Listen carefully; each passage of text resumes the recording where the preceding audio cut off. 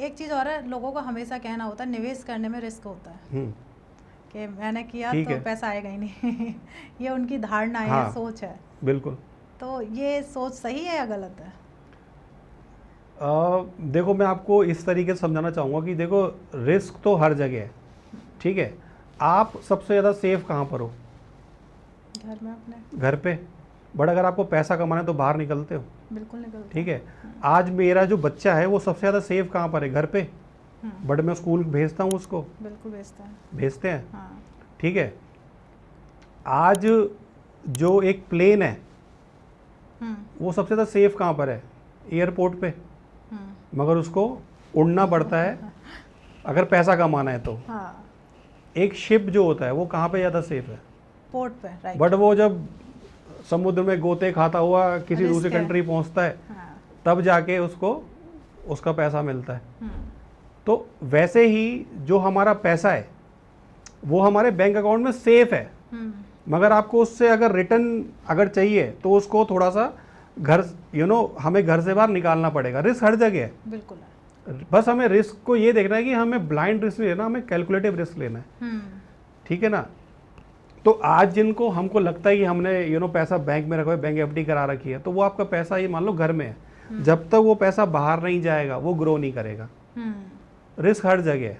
तो अनुराग सर, जैसे अगर हमने जो बात की बच्चों के खर्चे के लिए लेके बात की, अपने परिवार को सर्वाइव और इन्वेस्टमेंट को लेके काफ़ी बातें कर ली। अब आती है बात हमारे उन बुजुर्गों की जो रिटायर हो चुके हैं, पैसा उन्हें मिला है, पैसा उनके बैंक अकाउंट में पड़ा है, जैसे आपने कहा जब तक आप बैंक से नहीं निकालोगे ग्रो नहीं होगा।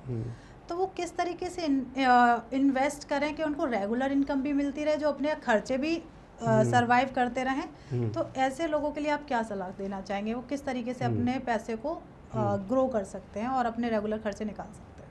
ठीक है, तो मैं ये एक ना एग्जांपल के थ्रू आपको समझाता हूँ। मान लो कोई सीनियर सिटीजन है और उनके पास मान लो 1 करोड़ के आसपास पैसा पड़ा हुआ है, ठीक है, और उनकी रिक्वायरमेंट है कि मेरा जो पैसा है ये ग्रो भी करे और मुझे कुछ उससे रिटर्न भी रेगुलर इनकम भी आती रहे। तो इसका एक सोल्यूशन होता है म्यूचुअल फंड्स के अंदर, जिसको बोलते हैं SWP।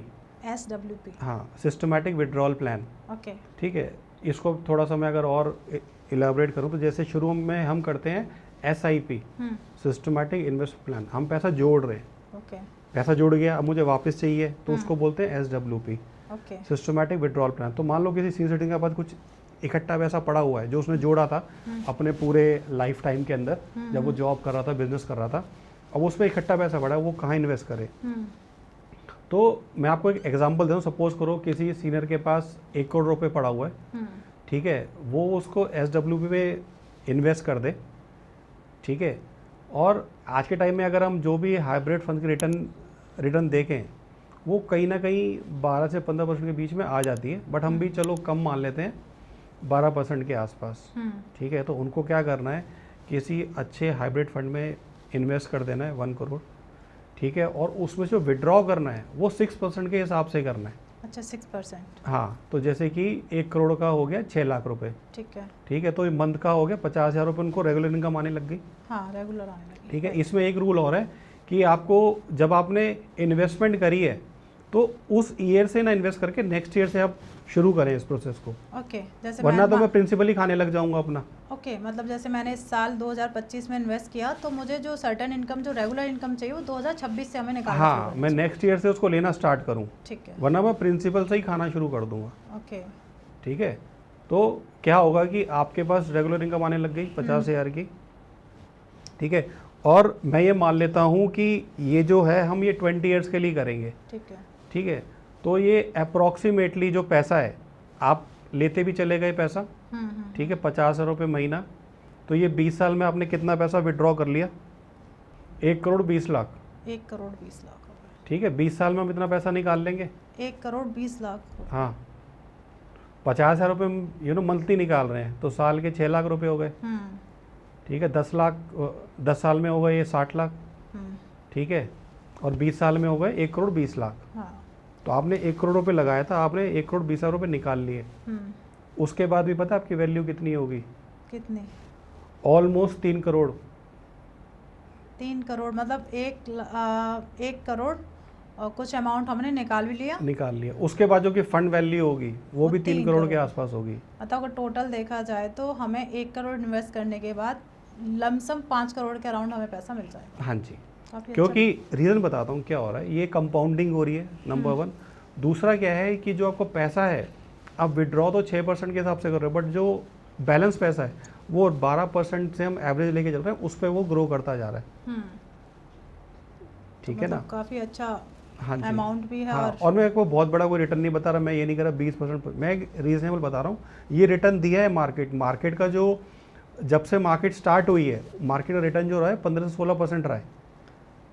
ये मैं आपको कम बता के चल रहा हूँ, ठीक है, हमें ज़्यादा बड़ी फिगर्स की बात नहीं करनी, एक जो हमें मिल सकता है। हाँ, तो एक चीज़ और सर, थोड़ा सा इसी में जानने का मौका, क्योंकि रिटायर करने के बाद एक एज भी होती है 60, आप 60 साल के हो चुके हो तभी आपका रिटायरमेंट है। मानते बीच में अगर आपकी हेल्थ इशूज़ होते हैं तो इस जो हमने 1 करोड़ इन्वेस्ट किया तो उससे हम किस तरीके से फंडिंग निकाल सकते हैं?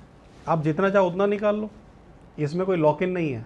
ओके, म्यूचुअल फंड्स में कोई लॉक इन नहीं होता। म्यूचुअल फंड में तो नहीं है। हाँ, तो आप अगर कोई इमरजेंसी आ गई तो आप उस चीज़ को पैसा विड्रॉ कर, बट आई रिकमेंड कि बेटर है आप उसके लिए हेल्थ इंश्योरेंस बाय करके रखें, वो ज़्यादा अच्छा ऑप्शन रहेगा आपके लिए। बिल्कुल। हाँ, तो मतलब कोई ऐसा नहीं है कि आप अगर आपने 1 करोड़ इन्वेस्ट किया, कोई एक इमरजेंसी काम कोई में आ गया बाउंडेशन नहीं है, आप आज लगाओ कल पूरा पैसा निकाल लो। बिल्कुल। तो ऐसे ही अनुराग सर, आपने एक बुक लिखी है रिटायर रिचेस, आई थिंक वो अमेजोन और सब पे उपलब्ध है, अमेजोन, फ्लिपकार्ट एंड किंडल्स।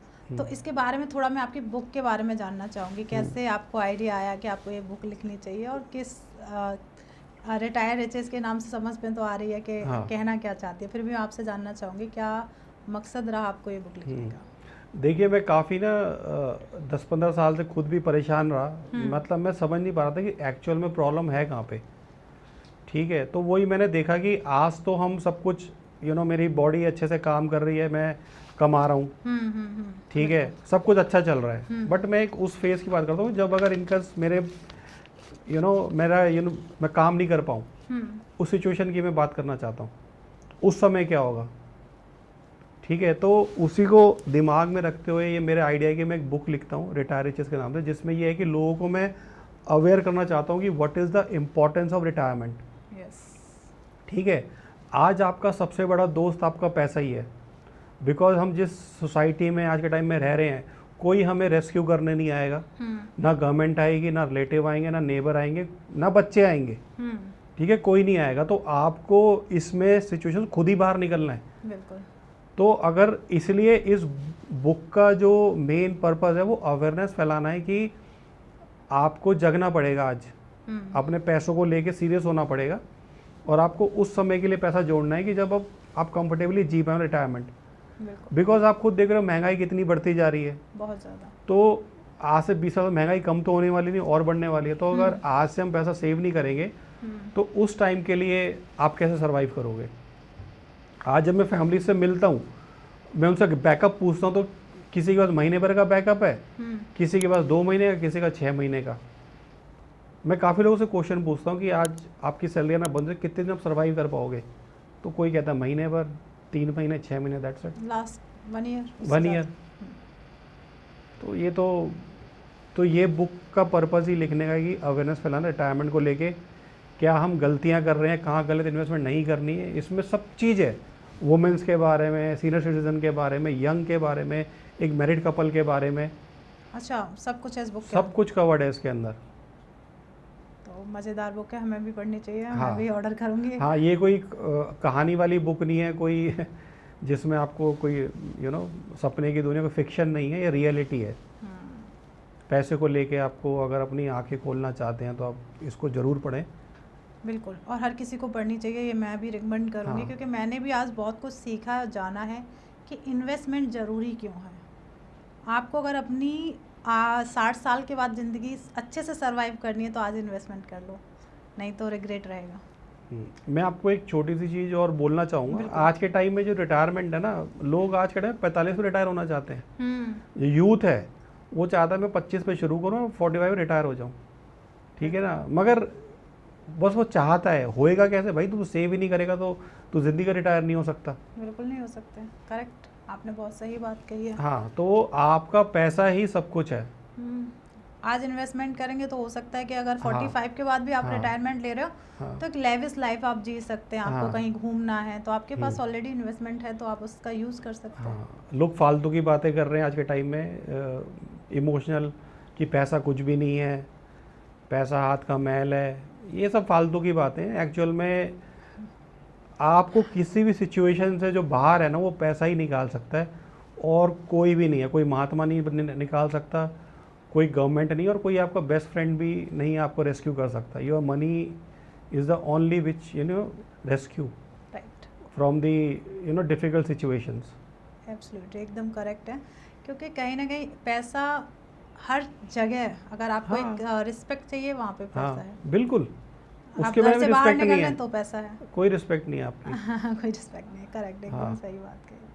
आप हमारे जो व्यूअर्स हैं उन्हें कुछ मैसेज देना चाहेंगे, आप उनसे कुछ कहना चाहेंगे कि होता है ना कि एक मैसेज आप दें हमारे यूथ को, आने वाले जो भी हैं। देखिए, मैं पहला तो मैसेज ये देना चाहूँगा कि आप बहुत जल्दी सेविंग्स करना स्टार्ट करें। और सेव करने का मतलब नहीं सेव कर लिया, उसको कहीं इन्वेस्ट भी करना है, सही किसी कंसल्ट, किसी से एडवाइस लेके। बिकॉज हमारे इंडिया में सलाहकार कौन होते हैं? मेरा दोस्त, भाई मैंने यहाँ लगाया है तो भी यहाँ लगा दे, या रिश्तेदार, उनका वो फोटे नहीं है, पड़ोसी। हाँ, तो हमें सही सलाह के लिए, मैं बीमार हूँ तो मैं डॉक्टर से कंसल्ट करना है, या कोई केस है तो मैं लॉयर से कंसल्ट करूँगा। तो वैसे ही जब पैसे की बात है तो मैं किसी फाइनेंशियल एडवाइस से कंसल्ट करूँ, और तभी आप इन्वेस्ट करें। लोग आज के टाइम में फाइनेंशियल कंसल्ट करना ही नहीं चाहते, क्योंकि उन्हें खुद ही लगता है कि हम बहुत बड़े हैं तो हमें किसी की ज़रूरत नहीं है। ठीक है, तो मैं एक सलाह देना चाहूँगा कि पैसे आज में आपके जितने भी व्यूअर्स हैं, मैं सबका 15 से 20% पैसे बचा सकता हूँ अभी, गारंटेड। कैसे?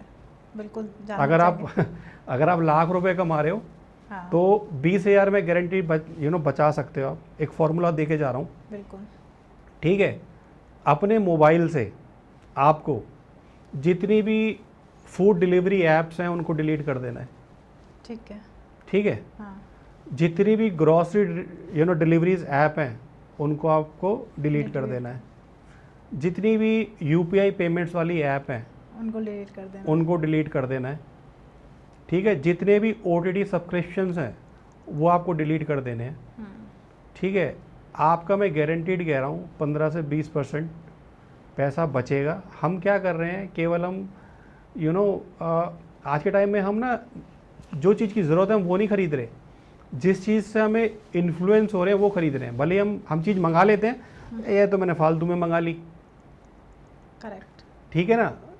तो हमें क्या करना है, ये ऐप्स के हम ना डे बाय डे वो बनते जा रहे हैं, इनके हम गुलाम होते जा रहे हैं, मतलब कह सकते हैं गुलाम। हाँ, क्योंकि आजकल लोगों को क्या है कि कुछ भी लेना है ऐप से डाउन कर दिया, अब 30 रुपये बचाने के लिए वहाँ हम 400 रुपये खर्च कर देते हैं, ठीक है।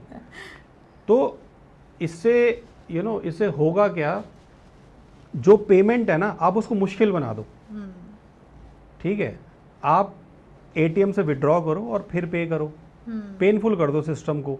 आपका 100% 15 से 20% मंथ का बचेगा। और ये मैं खुद प्रैक्टिकली अप्लाई करता हूँ, इसलिए बोल रहा हूँ। मेरे मोबाइल के अंदर आपको कोई भी ऑनलाइन पेमेंट ऐप नहीं मिलेगी, कोई फूड डिलीवरी ऐप नहीं मिलेगी, कोई मुझे ग्रॉसरी डिलीवरी ऐप नहीं मिलेगी, कोई यूपीआई वाली पेटीएम और फ़ोन पे कुछ नहीं है मेरे में।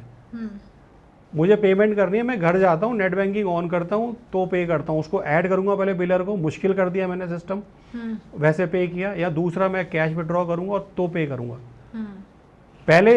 पहले ना पैसा फील होता था आ रहा है, क्योंकि कैश में लेन देन होता, अब फील ही नहीं होता। नंबर जहाँ से वहाँ ट्रांसफ़र हो रहे हैं, बिल्कुल 400 उसको चले गए, 500 उसको चले गए, 600 आपको आ गए, तो वो फील ही नहीं आ रहा। फील भी पता भी नहीं चल रहा कब खर्चा हो गया, अकाउंट से हाँ खाली हो गया। ये लोग बोलेंगे फालतू की बात है, बट भैया पैसा बचाना है तो ये फैक्ट है। नहीं, ये फालतू नहीं है, करेक्ट है। अगर हाँ हम अपनी ही बात करें कोविड के बाद, तो हमारे खर्चे बढ़ गए, कि वही खर्चे थे। अगर मानते महंगाई भी बढ़ी है तो थोड़ी सी 10% 20%, पर हमारे खर्चे 3 से 4 गुना बढ़ चुके हैं बिकॉज ऑफ ये ग्रॉसरी है। बिकॉज देखो, जितनी कंपनीज है ना वो आपको एक जाल में फंसाती जा रही है कि घर बैठे रहो, सब घर पे आ जाएगा। यार पैसे कमाने तो बाहर ही जाना पड़ेगा। अब पैसे भी भिजवा दो ना घर पे, तो ठीक है, मैं बहुत खुश हूँ सब चीज़ मंगाने में, पैसा तो मुझे आप दे नहीं रहे, खर्चे मुझसे आप 36 करवा रहे हो, जितनी भी शॉपिंग वाली ऐप्स हैं सब चीज़ घर पे आ रहा है, कोई पैसा भी दे जाए आके, उससे बढ़िया क्या है। बिल्कुल। मांगे ना मगर बाद में। सो जहाँ तक मुझे लगता है जो मैंने भी मिस किया था, मैं जब बात हम ऐप की कर रहे हैं, हम उसके अंदर देखते नहीं है कि वो किस किस चीज़ के चार्जेस लगा देते हैं, हाँ। हैंडलिंग चार्जेस एंड ये चार्जेस एंड ऑल चार्जेस, उसके बाद हमें वो सामान मिलता है। बिल्कुल। तो बहुत अच्छा अनुराग सर ने एक चीज़ बताई कि आप अपने 20% ईजीली बचा सकते हैं। ये ऐप एक बार डिलीट करो, 1 महीने देखो कितने % आपने सेव किया, कमेंट ज़रूर करना। जो भी हमारे इस थंब रूल को अपनाता है वो ज़रूर इस काम को करे और फिर बताए कि फिर वो इन्वेस्टमेंट के बारे में सोचे कि मैं कैसे इन्वेस्ट करूं अपने फ्यूचर के लिए। तो प्लीज़ ये पॉडकास्ट जितना भी हो अपने फ्रेंड्स और फैमिली के साथ शेयर कर दीजिए, क्योंकि ये एक व्यक्ति की कहानी नहीं, हर व्यक्ति को अपने फ्यूचर के लिए इन्वेस्टमेंट करना बहुत ज़रूरी है। जैसे खाना खाना ज़रूरी है, वैसे इन्वेस्टमेंट करना ज़रूरी है। और thank you so much Anurag sir, आप यहाँ आए और लोगों की आपने आंखें खोली कि इन्वेस्टमेंट क्यों ज़रूरी है। और इन्वेस्टमेंट करना, जितना हम खाना खा रहे हैं, एक बार को आप खाना छोड़ दीजिए, इन्वेस्टमेंट ज़रूर करिए। खाना भी ज़रूरी है और इन्वेस्टमेंट भी ज़रूरी है। मतलब ये होता है ना कि एक दिन एक टाइम खा लिया तो कोई नहीं, सर्वाइव कर सकते, पर इन्वेस्टमेंट आपकी एक ऐसी की है जो आपके उस टाइम में सर्वाइव करेंगे जब आपके आसपास कोई नहीं होगा। बिल्कुल। तो उसके लिए thank you so much Anurag sir कि आप आए और बहुत अच्छा हमें आज फाइनेंस के बारे में, मुझ जैसी बहुत सी महिलाओं को आज समझ में आया कि इन्वेस्टमेंट करना बहुत ज़रूरी है।